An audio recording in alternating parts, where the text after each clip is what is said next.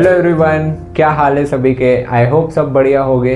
तो हम अपना molecular basis of inheritance continue करते यहाँ तक पहुँच चुके हैं और आज हमें पढ़ना है क्या, डीएनए रेप्लिकेशन। ठीक है, तो डीएनए रेप्लिकेशन समझाने से पहले ज़रा सा एक बात याद रखो कि जब आप पढ़ रहे थे, जब आप डबल स्टैंडर्ड डीएनए का कुछ सैलिएंट फीचर्स पढ़ रहे थे जो कि वॉटसन एंड क्रिक ने दिया था, है ना, based on x ray diffraction technique data वाले पे, उसके बेस पे इन्होंने अपना कुछ फीचर्स उसके बारे में बताया था डीएनए की कि ये बेस पेयरिंग किया करते हैं और हाइड्रोजन बॉन्ड बनाते हैं, डीएनए स्टेबल होता है, बहुत सारी चीज़ें इन्होंने बताई थी। इसी बेस पर इन्होंने एक चीज़ और कही थी जो डीएनए रेप्लिकेशन में इनका स्टेटमेंट भी लिखा हुआ है।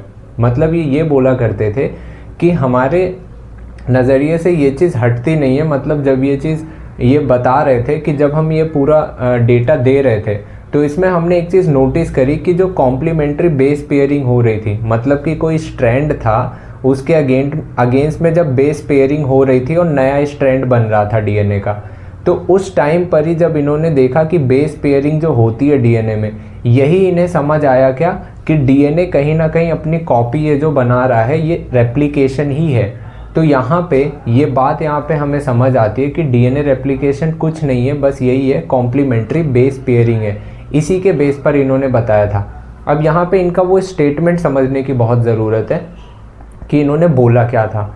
इन्होंने कहा था कि जब ये उस टाइम पे अपना डीएनए का मॉडल दे रहे थे, उस टाइम पे जो कॉम्प्लीमेंट्री बेस पेयरिंग हुई थी, उसी वक्त इन्होंने प्रपोज किया था, इमीडिएटली प्रपोज किया था, ये चीज़ बताई थी कि ये जो बेस पेयरिंग है इसी वजह से ही क्या है, ये रेप्लिकेशन बना पा रहा है, मतलब कि अपनी कॉपी बना पा रहा है। तो ये बात थोड़ा ध्यान रखना, आप एनसीईआरटी होगी तो वो लाइन रीड करना, क्लियरली समझ आएगी कि वो बोलना क्या चाह रहे थे। और थोड़ा हम उसे लिख के भी समझते हैं। और ये इन्होंने कब किया था, जस्ट उसके बाद ही ये स्टेटमेंट इन्होंने बोली थी जब 1952 में वॉटसन एंड क्रिक ने अपना डबल हेलिक्स वाला मॉडल दिया था, उसके बाद ही, मतलब 1953 के आसपास। तो मैं यहाँ पे ये कह सकता हूँ कि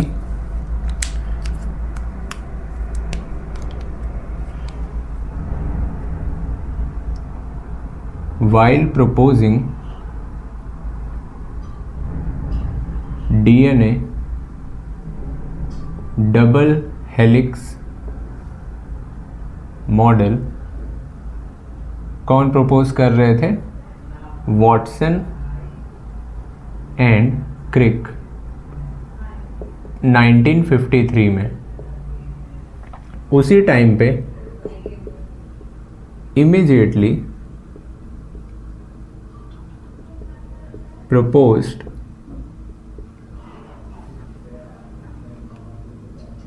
replication of DNA, जो कि क्या था, due to complementary base pairing, है ना, कॉम्प्लीमेंट्री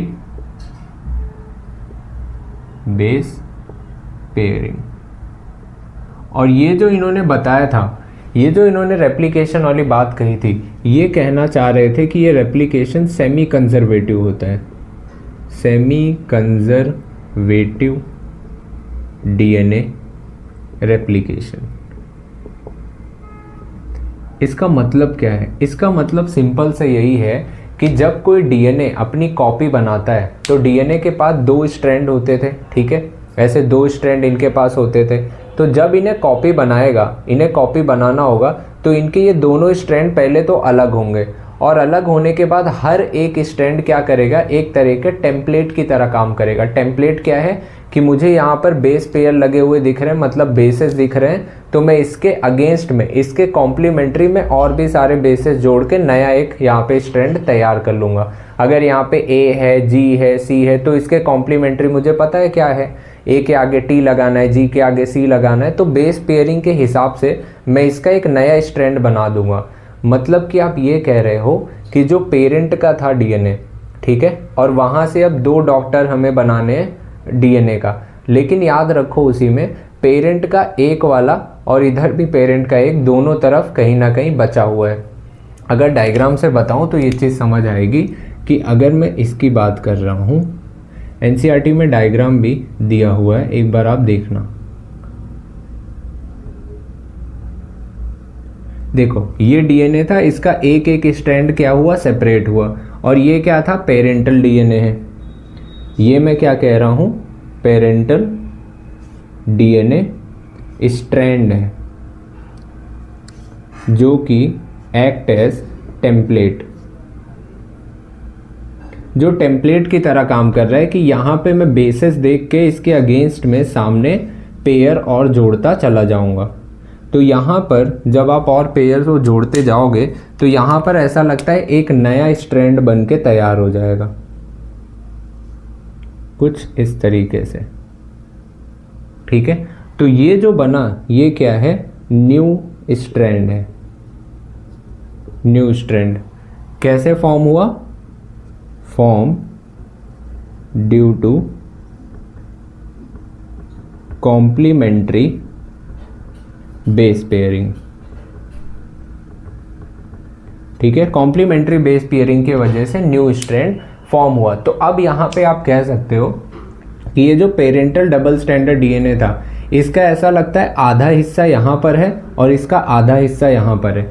इसलिए हम कह रहे हैं कि semi conservative mode of DNA replication होता है, मतलब कि आधा तो कंजर्व रह जाता है, कंजर्व मतलब बचा रह गया है ना, तो आधा तो पेरेंट का डीएनए स्ट्रैंड बचा रह गया, इधर भी, और ये नया वाला आया। अब देखो इस चीज़ को प्रूफ करने के लिए, इस चीज़ को बताने के लिए साइंटिस्ट ने एक्सपेरिमेंट्स भी किए। मतलब कि अब यहाँ पर देखो बात आती है कि आपको एक्सपेरिमेंट करके ये बताना है कि नया वाला स्ट्रैंड बन रहा है या नहीं बन रहा है, ये आप कैसे दिखाओगे। तो अगर आप रेडियो एक्टिविटी वाला कुछ सीन लेते हो तो हम ये चीज़ देख चुके थे कि डीएनए में रेडियो एक्टिव वाला बता पाना थोड़ा मुश्किल हो जाएगा। तो यहाँ पे हम कौन सा सब्सटेंस लिया करेंगे, हम एक सॉल्यूशन लेंगे जिसमें अमोनियम क्लोराइड का हम सॉल्यूशन जो लेंगे उसमें नाइट्रोजन जो था, उस नाइट्रोजन को हम सोर्स मानेंगे कि मतलब जब भी डीएनए रेप्लिकेट करेगा, मतलब जब भी सेल डिवाइड करना होगा तो डीएनए का डबल होना ज़रूरी है, और डीएनए को डबल करने के लिए वो कोई ना कोई चीज़ न्यूट्रिएंट वगैरह खाएगा और सिंथेसिस करेगा और डीएनए बनाएगा। तो हम यहाँ पे क्या करेंगे, दो तरीके का नाइट्रोजन सोर्स लेंगे। डीएनए बनाने में जो नाइट्रोजन लगेगा हम दो तरीके के कल्चर मीडियम में क्या करेंगे, तैयार करेंगे। एक तरफ मैंने बैक्टीरिया को ग्रो कराया जिसमें नाइट्रोजन का भारी वाला आइसोटोप है, मतलब N15 लूँगा, और दूसरे तरफ मैंने एक लिया, वहाँ पर मैंने बैक्टीरिया को ग्रो कराया जहाँ पर मैंने नाइट्रोजन का मीडियम क्या लिया, हल्का वाला, लाइट वाला लिया, नाइट्रोजन 14 वाला आइसोटोप लिया। तो जब इन दोनों को मैं ग्रो कराया तो इन दोनों का जब डीएनए में देखूंगा तो ये वाले बैक्टीरिया के पास जो नाइट्रोजन का डीएनए यहाँ पे बना होगा ये भारी वाला होगा, हैवी आइसोटोप वाला होगा, और जो इधर वाला होगा इसका डीएनए कैसा बना होगा, हल्का बना होगा। तो जब मैं इसका सेंट्रीफ्यूगेशन करूँगा, सेंट्रीफ्यूगेशन क्या होता था, जब आप उस चीज़ को टेस्ट ट्यूब में बहुत ज़ोर से घुमाते हो तो क्या होता है, भारी चीज़ें नीचे आ जाती हैं, हल्की चीज़ें ऊपर रह जाती हैं। इसी बेस पे हमें एक्सपेरिमेंट समझना है, अभी मैं समझाऊंगा एक एक करके। तो होगा क्या, भारी वाला जो होगा वो अपने आप नीचे आ जाएगा, जो हल्का होगा वो अपने आप ऊपर आ जाएगा। तो हमें यहाँ से आइडिया लग जाएगा कि अगर सिंथेसिस नई हुई होगी तो हमें नज़र आ जाएगा, उसे हम एक्सपेरिमेंट से अभी देखेंगे। कुछ क्राइटेरिया समझ आ रहा है किस वे में हम बात कर रहे हैं, उसी चीज़ को लेकर अभी मैं आगे डिस्कस करूँगा क्या बातें चल रही हैं। ये एक बार नोट डाउन कर लो तो आगे बताता हूँ। देखो अब हम थोड़ा इसको एक्सपेरिमेंट से प्रूफ करने की कोशिश करेंगे, देखना।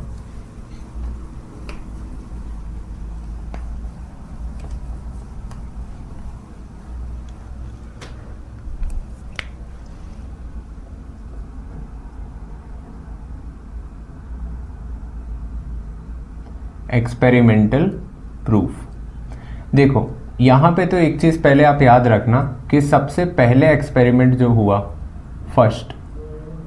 सबसे पहले जिन पर एक्सपेरिमेंट हुआ वो बैक्टीरिया थे, और बाद में कुछ प्लांट और एनिमल्स पे भी हुए थे, वो भी हम देख लेंगे।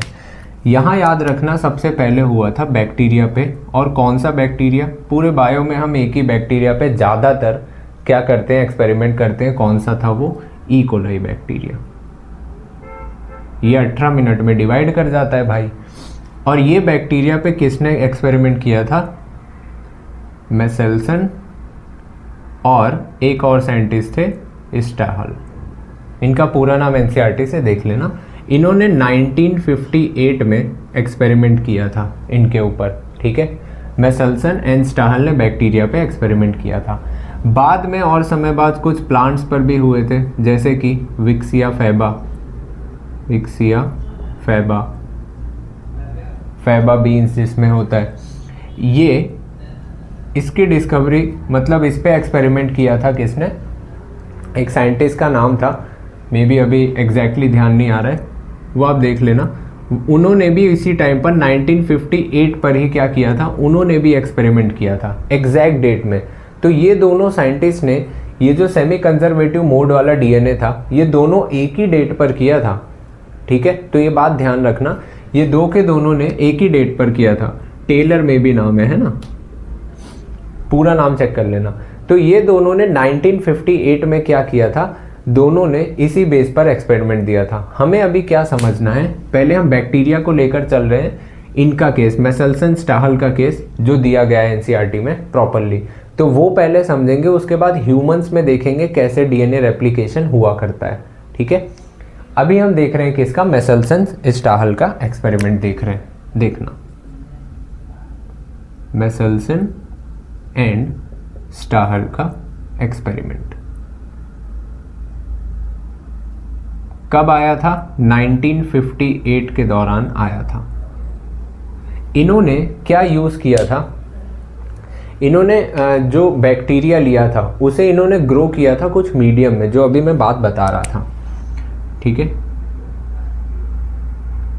ई कोलाई बैक्टीरिया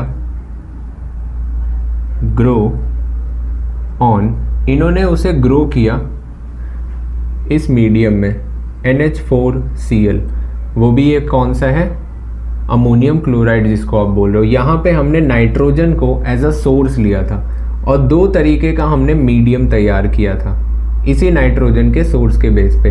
एक हमने लिया था नाइट्रोजन 15 वाला आइसोटोप, N15 वाला, N15 आइसोटोप, ठीक है, N15 आइसोटोप लिया था।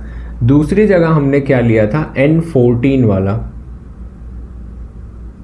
ठीक है, N14 आइसोटोप, जिसमें से सिंपल सी ये बात है कि ये जो N14 वाला ये क्या है, ये हैवी होता है, ये हैवी होता है, और ये क्या होता है, लाइट होता है, मतलब कि हल्का होता है।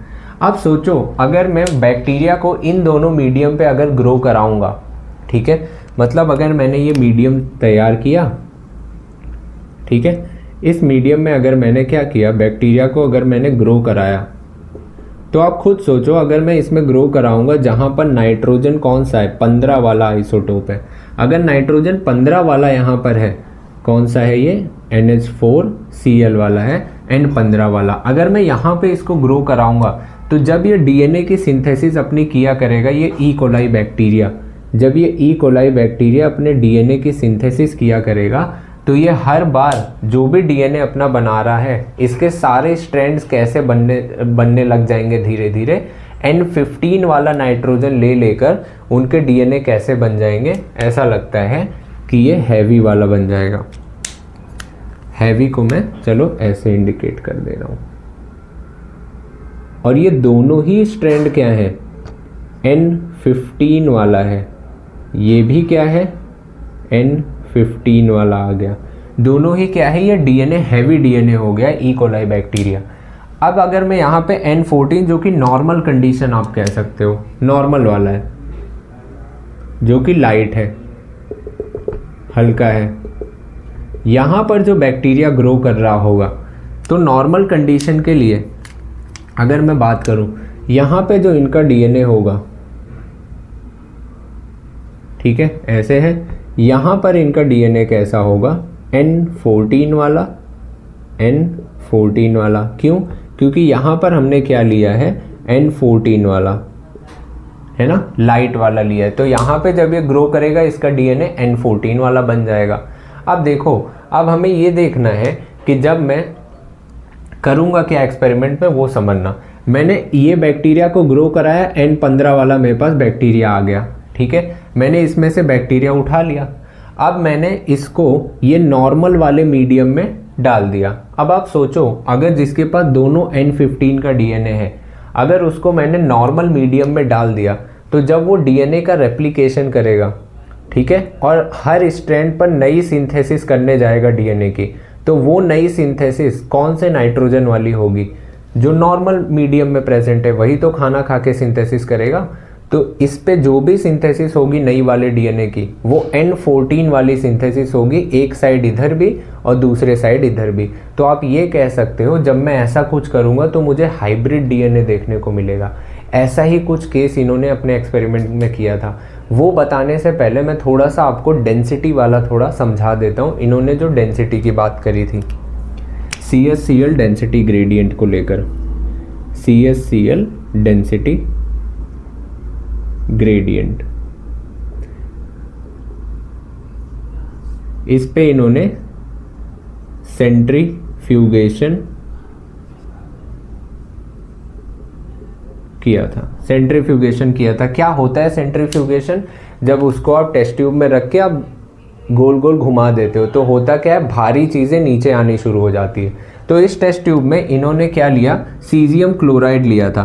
अब ये क्या है, एक तरह का ऐसा मटेरियल है, ये ऐसा मटेरियल है कि जब आप सेंट्रीफ्यूगेशन करोगे तो इसका जो मॉलिक्यूल्स था, अगर हल्का वाला मॉलिक्यूल है वो अपने आप ऊपर के तरफ इकट्ठा हो जाएगा, और जो भारी भारी रह गए, मतलब जो ज़्यादा भारी वाले हो गए थे, ये सब कहाँ आएंगे, ऐसा लगता है नीचे इकट्ठा हो जाएंगे, ठीक है।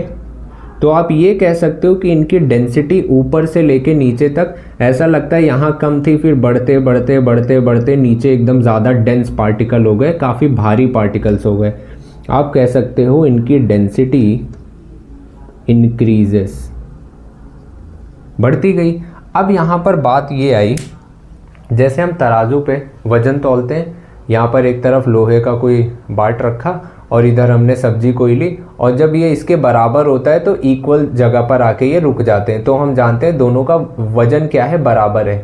ऐसे ही समझना, अगर मैं बोलूँ कि अगर मैंने दोनों तरफ से डीएनए उठा लिया, इधर का डीएनए ले लिया, इधर का डीएनए ले लिया, एक डीएनए मेरे पास क्या है, भारी है, एक डीएनए मेरे पास हल्का है, तो यहाँ पर जब भी डीएनए आएगा और इकट्ठा होना शुरू करेगा, तो जो भारी वाला डीएनए अपने आप नीचे की तरफ आके इकट्ठा होगा और यहाँ पर एक मोटी सी पट्टी बना देगा, मतलब कि एक बैंड बना देगा। आप बोलोगे यहाँ पे भारी डीएनए का बैंड बना है, तो हैवी बैंड वाला बनेगा, और जो हल्का डीएनए होगा वो अपने आप ऊपर की तरफ बैंड बनाएगा। और अगर रेप्लिकेशन के दौरान एक नया स्ट्रैंड इस मीडियम से बना है, तो हम ये यहाँ पे कहीं ना कहीं बता पाएंगे कि जो न्यू सिंथेसिस हुई है डीएनए की, वो सेमी कंजर्वेटिव मोड के हिसाब से हो रही है। तो आप बता पाओगे कि भारी वाले भी मुझे मिलेंगे, हाइब्रिड भी मिलेगा जिसमें मिक्स होगा, और कुछ हल्के वाले भी मिलेंगे जो ये हैं, वो अभी हम एक्सपेरिमेंट से देखेंगे। तो अगर मैं आपसे बोलूँ कि यहाँ पे बैंड फॉर्मेशन कुछ हुआ करेगी, कब होगा band formation? Band form when DNA and जो मीडियम लिया है आपने, मीडियम का based band form when DNA and medium wait, या आप कह लो उनकी डेंसिटी मैच करेगी, तभी तो उसी टाइम पे वो ऐसा कर पाएंगे। अब इनका थोड़ा मैं एक्सपेरिमेंट लेकर चलता हूँ। अब मैं करूँगा क्या, यहाँ से ध्यान से सुनना। अब मैं करूँगा क्या, ये जो हैवी डीएनए वाला था, इसको मैंने क्या किया, इसको लेकर अब मैं NH4 वाले मीडियम में डाल दूंगा और फिर देखूंगा क्या क्या होता है। मतलब मैंने एक नॉर्मल मीडियम लिया, मतलब समझ लो जहाँ खाने का एक पूरा सोल्यूशन मैंने तैयार किया कि बैक्टीरिया का खाना तैयार है, लेकिन वो खाने में जो मैंने नाइट्रोजन डाली है वो हल्की वाली नाइट्रोजन है, मतलब कि N14 वाली नाइट्रोजन है। इससे पहले वो कहाँ ग्रो किया करता था, जहाँ पर N15 था, तो उसके पास सारे डीएनए क्या थे, हैवी वाले, भारी वाले थे। लेकिन अब जब मैं इसको ग्रो कराऊंगा किसी ऐसे मीडियम में जहाँ नाइट्रोजन 14 वाला है, तो जितना ये डीएनए बनाएगा उन सभी में नाइट्रोजन 14 वाला ऐड होता जाएगा, और अगर ऐड होता गया तो ये semi conservative of DNA replication होगा। और ये चीज़ मुझे डेंसिटी से मालूम पड़ जाएगी, ये मैं चेक करके अभी दिखाऊंगा, ध्यान से सुनना। ये एक बार नोट डाउन कर लो तो आगे बढ़ता हूँ। देखना एक्सपेरिमेंट की थोड़ा इनकी बात करते हैं हम। यहाँ तक देखो कहानी आपको कुछ कुछ क्लियर हो चुकी होगी ऑलरेडी, बट फिर भी हम थोड़ा सा इसमें डिस्कस करेंगे कि क्या इन्होंने बातें बताई थी। ध्यान से सुनना।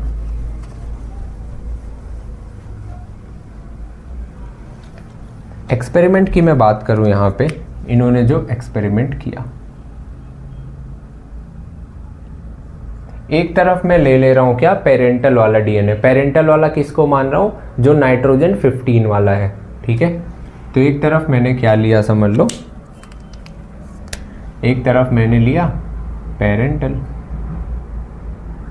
एक तरफ मैंने ले लिया फर्स्ट जनरेशन, मतलब पहले जनरेशन में कौन सा डीएनए वाला बना, फिर मैं लूँगा सेकंड जनरेशन, ऐसे करके ले लूँगा, ठीक है। अब यहाँ समझने की कोशिश करना, मैंने यहाँ पे जो ग्रो कराया था वो डीएनए मेरे पास यहाँ पे क्या आया, ऐसे समझ लो ये वो बैक्टीरिया था, ठीक है, जिसके पास कौन सा था, जिसके पास डीएनए कौन सा था, ये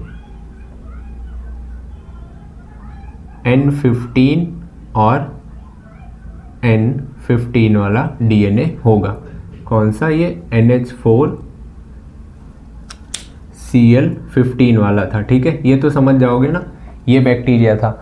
अब मैंने इसको किया क्या, अब मैंने इसको सीधा ट्रांसफ़र कर दिया कहाँ, इस सॉल्यूशन में, जो मेरे पास ये सॉल्यूशन था। कौन सा सॉल्यूशन है ये NH4Cl वाला है तो, लेकिन 14 वाला है। मतलब कि इसको जब मैं इसमें ट्रांसफ़र करूँगा और उसके बाद ये कौन से डब्बे में था, ये तो नॉर्मल से इस वाले डब्बे में था जहाँ पर NH4Cl15 वाला था। तो इसमें जब मैं इसको यहाँ पर ट्रांसफ़र करूँगा तो ये 1 से 2 सेल जब इसे बनाना होगा, जब इसे 2 सेल बनाना होगा और डीएनए को रेप्लिकेट करके दोनों सेल में डालना होगा, तो इसके हर एक धागे के साथ नया धागा बनना होगा, मतलब नया डीएनए स्ट्रैंड बनना होगा। उसकी सिंथेसिस के लिए ये नाइट्रोजन ये वाला यूज़ करेगा। तो जब ये यूज़ करेगा तो ऐसे समझो यहाँ पर जो दोनों बना, यहाँ पर जो दोनों बना, इसके पास एक तो पेरेंटल वाला होगा डीएनए, है ना, एक स्ट्रैंड, लेकिन जो नया वाला स्ट्रैंड बना वो ऐसा लगता है ये वाला नया वाला बना। क्या ये बात समझ आती है?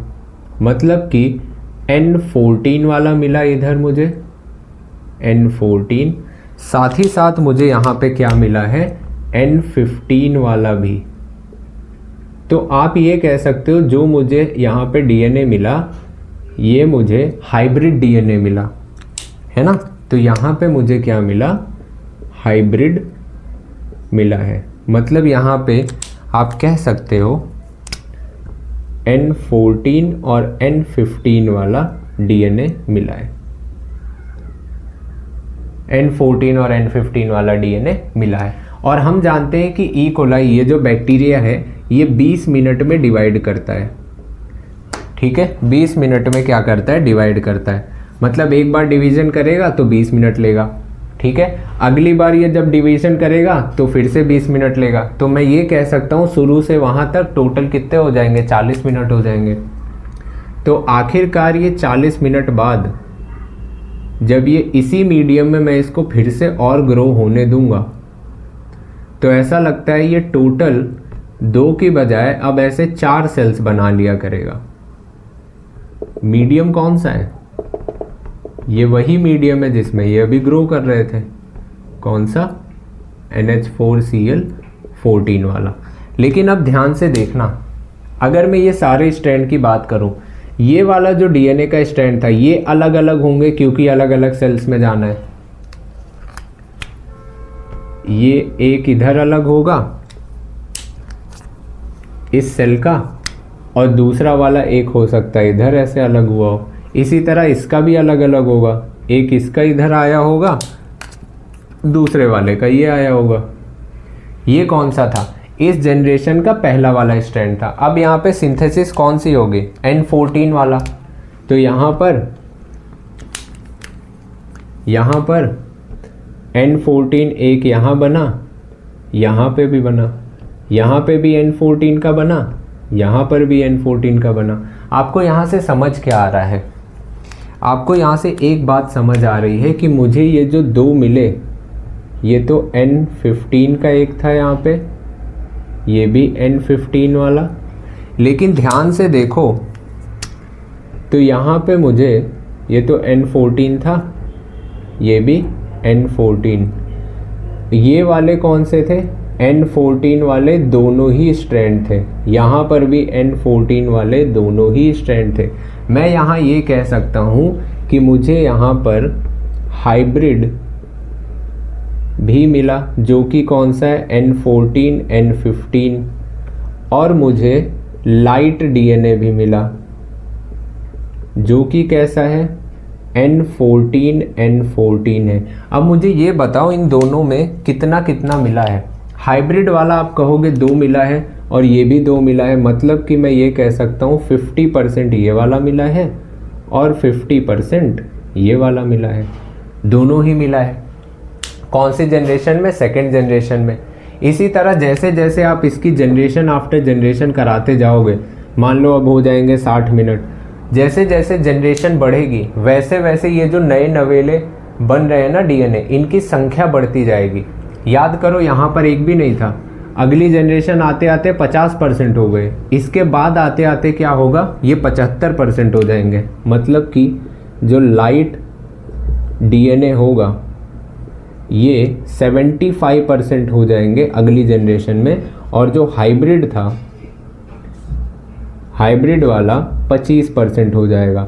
और फिर इसके आगे एक और ले जाओगे 80 मिनट बाद, ये वापस आधा हो जाएगा और ये और बढ़ जाएगा। मतलब ये कितना हो जाएगा, 12.5% हो जाएगा, 25 का आधा, और ये और बढ़ जाएगा। जैसे जैसे जनरेशन बढ़ेगी हाइब्रिड की क्वांटिटी ऐसा लगता है कम होती जाएगी, और ये जो लाइट डीएनए, जो नया वाला डीएनए बन रहा था, उसकी संख्या बढ़ती चली जाएगी। क्यों? क्योंकि आप मीडियम वही रख रहे हो, अभी तक बदल नहीं रहे हो। जब बदलोगे तब कुछ चेंज होगा। यहाँ तक समझ आई बात? तो ये कहानी अपने को याद रखनी है। इनके केस में जनरेशन आफ्टर जनरेशन ये देखा करते थे। ठीक है, तो यहाँ तक एक बार देख लो, फिर हम डीएनए रेप्लिकेशन की थोड़ी बात कर लेते हैं, ह्यूमन सेल की हम बात करते हैं। ये एक बार नोट डाउन कर लो। हो गया होगा? इसको चाहो तो वैसे बैंड फॉर्म में भी बना के देख सकते हो, एनसीईआरटी ने बनाया है, कहो तो बना लेते हैं, या तो डायरेक्टली आप आइडेंटिफाई कर लोगे। छोड़ो, बना देता हूँ, है ना, नहीं तो आप कहोगे मैच नहीं हो रहा है। देखो ऐसे हुआ करता था, वही तो हमने डेंसिटी की बात करी थी। जब मैं इनिशियल स्टेज की बात कर रहा हूँ, जब हैवी वाला है, ये कौन सा है, हैवी तो है, तो हैवी का बॉन्ड कहाँ, मतलब बैंड कहाँ बनेगा? आप बोलोगे नीचे कहीं बन रहा है। क्यों? क्योंकि यहाँ पर N15 था, मतलब ये हैवी वाला है ना, ये हैवी वाला है। यहाँ पर जब आप आओगे सेकेंड जनरेशन में, तो ऐसे लगता है कि यहाँ पर आपको कौन सी 2 जनरेशन मिली है? आपको 2 जनरेशन मिली है, कौन सी? एक N15 वाली और एक कौन सी मिली है, N14 वाली, है ना। तो आप बोलोगे कि यहाँ ये कहीं ना कहीं बीच में मिली होगी, ये N14 को रिप्रेजेंट करता था, और ऐसा कुछ नया भी तो बना था। इन दोनों को मिला के मैं क्या बोला करता था, हाइब्रिड बना है। तो हाइब्रिड बनता था जिसमें N14 N15 दोनों आया करता था। ठीक है। फिर ये तीसरे वाले जनरेशन की बात करूं, इसमें आप बोलोगे कि आपको कौन कौन से तरीके के बैंड मिले। आप बोलोगे मुझे एक तो हाइब्रिड मिल रहा था, मतलब एक हाइब्रिड मिल रहा था जो कहीं बीच में यहीं एग्जिस्ट कर रहा होगा, है ना, हाइब्रिड वाला। ये दोनों एक ही बात है ना, हाइब्रिड वाला मिल रहा होगा। और यहाँ पे याद करो, ये तीसरे जनरेशन में 2 नए वाले भी आ गए थे, मतलब कि लाइट रीजन में भी आपको कुछ ऊपर के तरफ दिखाई दिए थे। कौन से? ये आप कहोगे लाइट डीएनए। कौन से? N14 N14 वाले, ऐसे भी देख सकते हो। ठीक है, बैंड के फॉर्म में भी समझ लो, ठीक है। ये नोट डाउन कर लो, देन आगे चलते हैं हम थोड़ा सा। आ जाओ।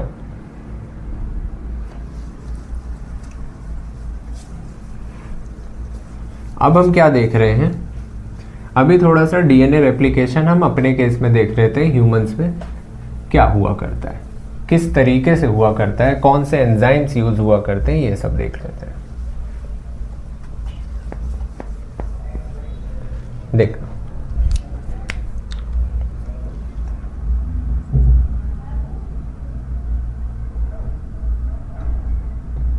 पहले तो ये बात याद रखो, डीएनए रेप्लिकेशन अगर मैं बोलूं कि प्रोकैरियोट्स में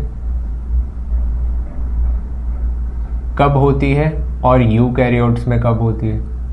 प्रोकैरियोट्स पता है ना, बैक्टीरिया की बात कर रहे हैं, तो प्रोकैरियोट्स में हमेशा याद रखना जब इनका डिवीजन होने वाला होता है प्रायर टू फिजन, फिजन के जस्ट पहले इनका होता है DNA replication, prior to fission.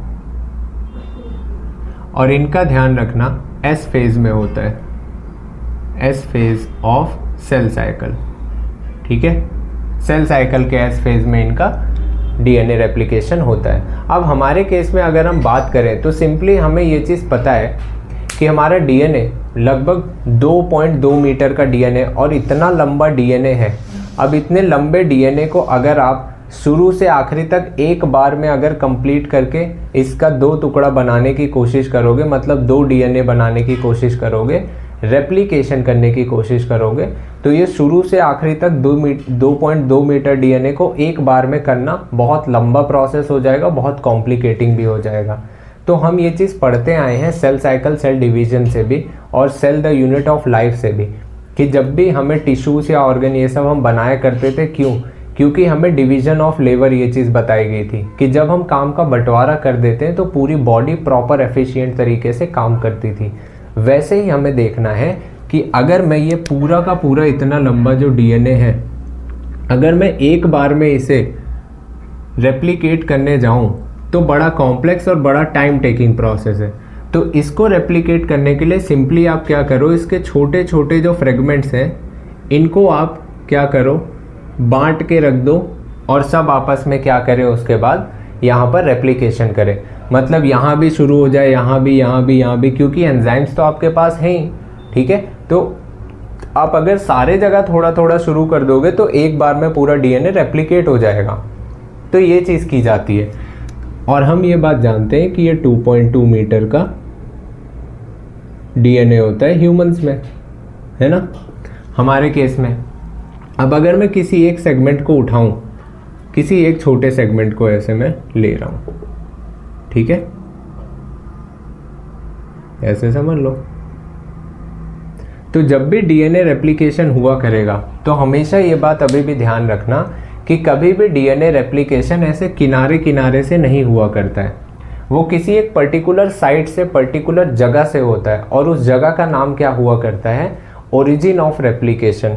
तो ये जहाँ से स्टार्ट हुआ करेगा, मान लो ये बीच से ऐसे स्टार्ट हुआ, तो इस जगह को मैं क्या बोलूँगा, ओरिजिन ऑफ रेप्लिकेशन। जहाँ से क्या होगा, रेप्लिकेशन स्टार्ट होगा, यहाँ से रेप्लिकेशन क्या होगा, शुरू होगा। अब रेप्लिकेशन को शुरू करने के लिए सबसे पहले आपको इस धागे को बीच में से थोड़ा सा क्या करना पड़ेगा, खोलना पड़ेगा।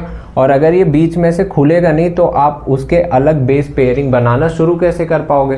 तो इसको खोलने के लिए एक एंजाइम आता है डीएनए हेलिकेस। ये क्या करता है, इसको बीच में से ओपन करता है।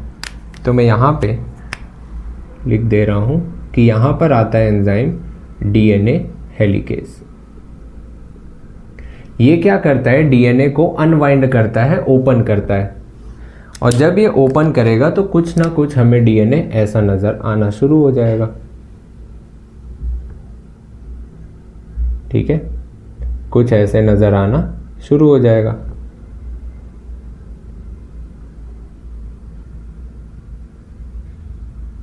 कुछ ऐसे नज़र आना शुरू हो जाएगा यहाँ पे। और डीएनए रेप्लिकेशन ऐसे साइड बाय साइड चलता है। और जब भी ऐसे समझो आपने वो रस्सी होगी, उसको आपने अगर बीच से ऐसे खोला तो अगर छोड़ोगे तो ऐसा भी तो चांसेस है कि आपस में दोबारा लिपट जाए, तो ये दोबारा कॉइलिंग ना हो जाए, इसलिए यहाँ पे कुछ प्रोटीन्स भी होती हैं, लगी होती हैं, जो इसको रोक कर रखती हैं कि भाई अब चिपकने मत दो, है ना। तो ये कुछ प्रोटीन्स भी होती हैं, बट हमें नाम क्या याद रखना है, हमें ये एंजाइम याद रखना है और एक और 2-3 बताऊंगा वो एंजाइम याद रखना है, ठीक है। बस ध्यान में ये रखना है कि कुछ होता है जो इसको रोक के रखता है, ठीक। अब सोचो अगर मुझे इसे पढ़ना है, डीएनए रेप्लिकेशन पढ़ना है, तो मैं इसके आधे हिस्से में पढ़ने की कोशिश करता हूँ। जैसे कि अगर मैं इसको आधे पार्ट में बनाऊँ तो आप बोलोगे कि ये कुछ ऐसा नज़र आएगा, ये कुछ ऐसा नज़र आया करेगा, है ना। और ये जो दिखाई दे रहा है ये क्या है, इसी को आप बोलते हो रेप्लिकेशन फॉर्क। जैसे हम घर में मैगी खाने के लिए कांटे वाला चम्मच ले लेते हैं ना, ऐसे ही समझो ये क्या है, रेप्लिकेशन फॉर्क है। ये फॉर्क की तरह नज़र आ रहा है और यहाँ पे ऐसे डीएनए सिंथेसिस हुआ करेगी। यहाँ पे कहीं मिडल में क्या रहा करता था, ओरिजिन ऑफ रेप्लिकेशन हुआ करता था, और ये प्रोसेस ऐसे चलेगी, ठीक है। अब इसमें थोड़ा सा मैं बता देता हूँ कैसे प्रोसेस चलेगी, एंजाइम्स कौन कौन से यूज़ होंगे इस प्रोसेस के दौरान। ये चाहो तो नोट डाउन कर लो, इसको मैं रब कर देता हूँ भी, देखना वो प्रोसेस समझाना है, थोड़ा ध्यान से देखना।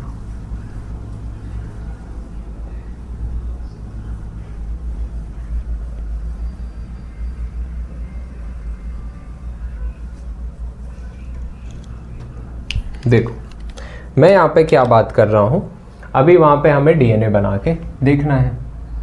ये अगर मैं सीधा सिंपली ऐसे बनाऊँ तो आप पहले ये समझ लो एंजाइम कौन कौन से यूज़ होते हैं, देन मैं बता देता हूँ। Process of replication, process of replication में मैं बता रहा हूँ एंजाइम्स कौन कौन से इसमें यूज़ हुआ करते हैं।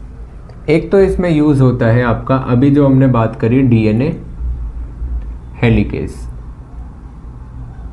डीएनए हेलिकेज यूज़ होता है। दूसरा एक यूज़ होता है कौन सा, यहाँ पर एक यूज़ होता है DNA dependent DNA polymerase enzyme.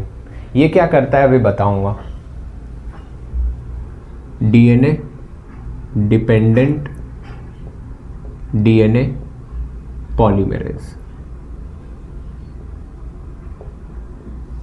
तीसरा एक होता है डीएनए लाइगेज। ये एंजाइम इसमें यूज़ होते हैं। सबसे पहला वाला तो याद करो हमने क्या देखा था, ये क्या करता है, डीएनए को ओपन करता है,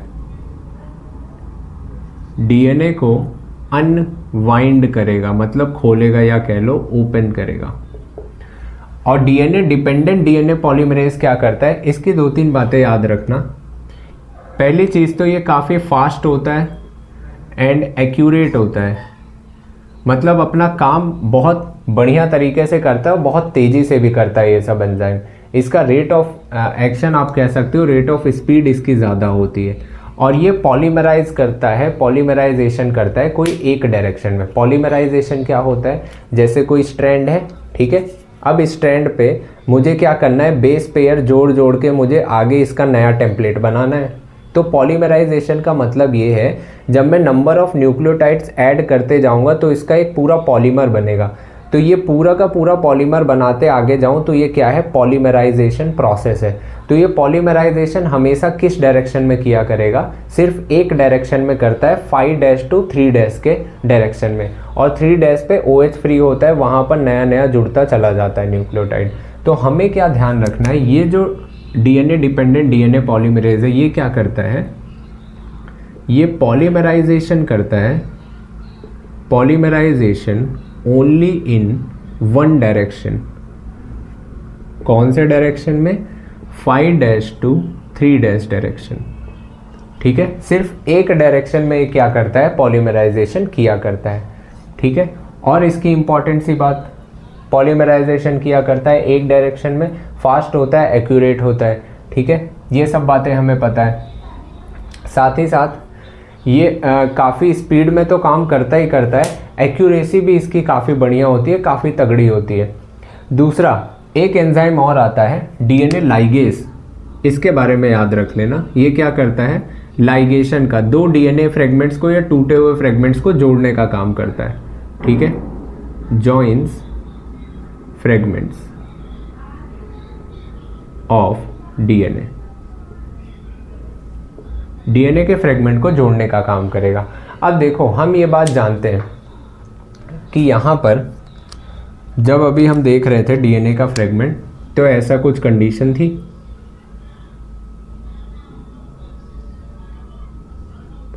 ठीक है, ऐसे कुछ कंडीशन थी। और यहाँ पे ही मैं बता रहा था कैसे होता है डीएनए रेप्लिकेशन समझना। यहाँ पे मान लो कोई इसका स्ट्रैंड रहा होगा जिसका 3' एंड होगा और आगे ये घूमता हुआ गया और यहाँ कहीं 5' पे पहुँचा होगा, और ये वाला इसका मान लो 5' पे होगा और ये घूमता हुआ इधर 3' पे आया होगा। अब देखो ये तो इसका डीएनए का नॉर्मल वाला स्ट्रैंड था। जब यहाँ पे नया स्ट्रैंड बनना होगा तो यहीं पे एक बात याद रखना, जब यहाँ पे शुरुआत करनी होती है तो इसकी बड़ी खास बात है डीएनए डिपेंडेंट डीएनए पॉलीमरेज की। इसकी बड़ी खास बात ये भी है कि जब भी रिएक्शन को शुरू करना होता है, मतलब पॉलीमराइजेशन स्टार्ट करना होता है, तो ये कहता है कि मुझे पहला कदम लगा के दे दो, मतलब कि पहला कदम आप चल दो, उसके बाद का प्रोसेस मैं कर दूंगा। मतलब इसे प्राइमर की ज़रूरत पड़ती है, बिना प्राइमर के ये रिएक्शन नहीं इनिशिएट करता।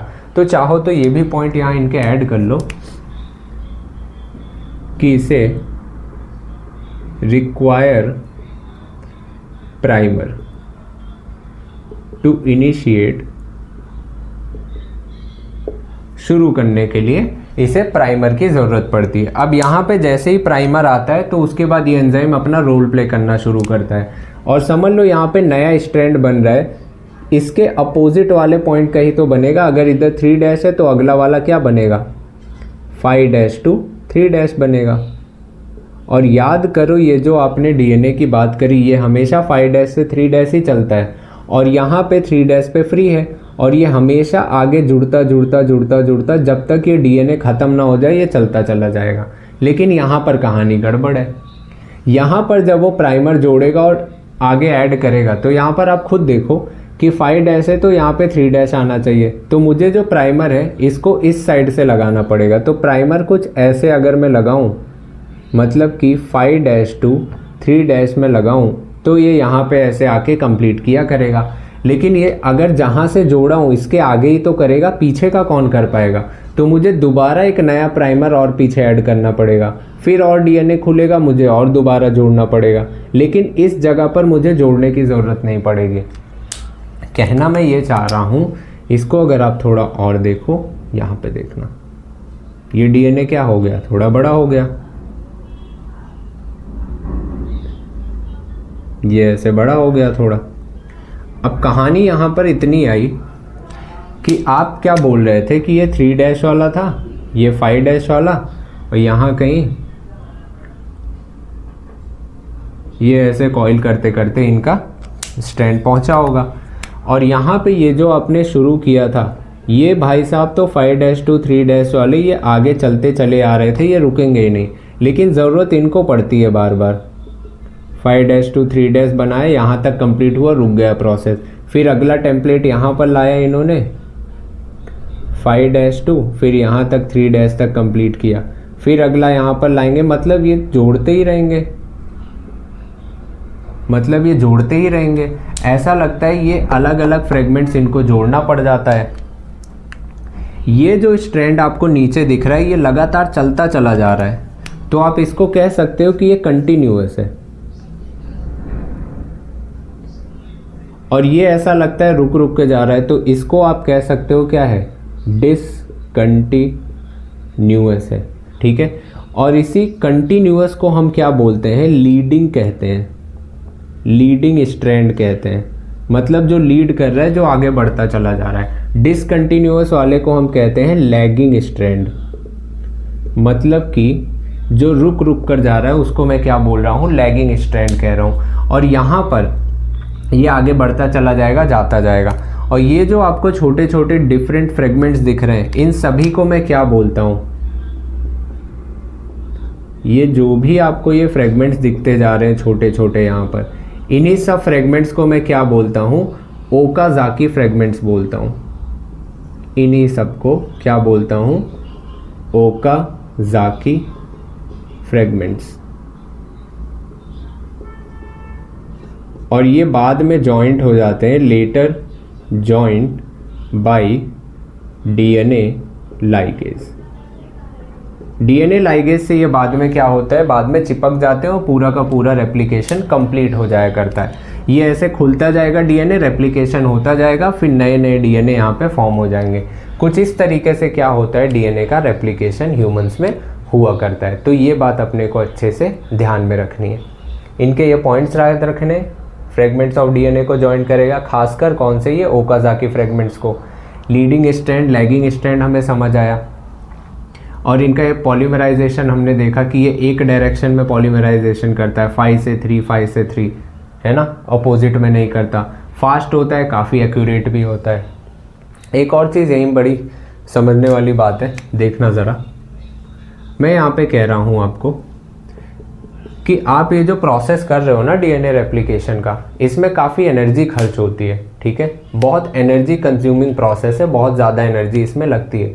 तो आपको कोई ना कोई यहाँ पे सब्सटेंस चाहिए, एज अ सबस्ट्रेट चाहिए कि जो न्यूट्रिशन प्रोवाइड करता रहे, एनर्जी प्रोवाइड करता रहे और आप प्रोसेस करते रहो। तो यहाँ पर एज अ सबस्ट्रेट क्या लिया जाता है, एज अ सबस्ट्रेट क्या काम करता है, वो सबस्ट्रेट का ध्यान रखना। नाम सबस्ट्रेट जो है वो क्या है, रेड से लिख दूं, डीऑक्सीराइबो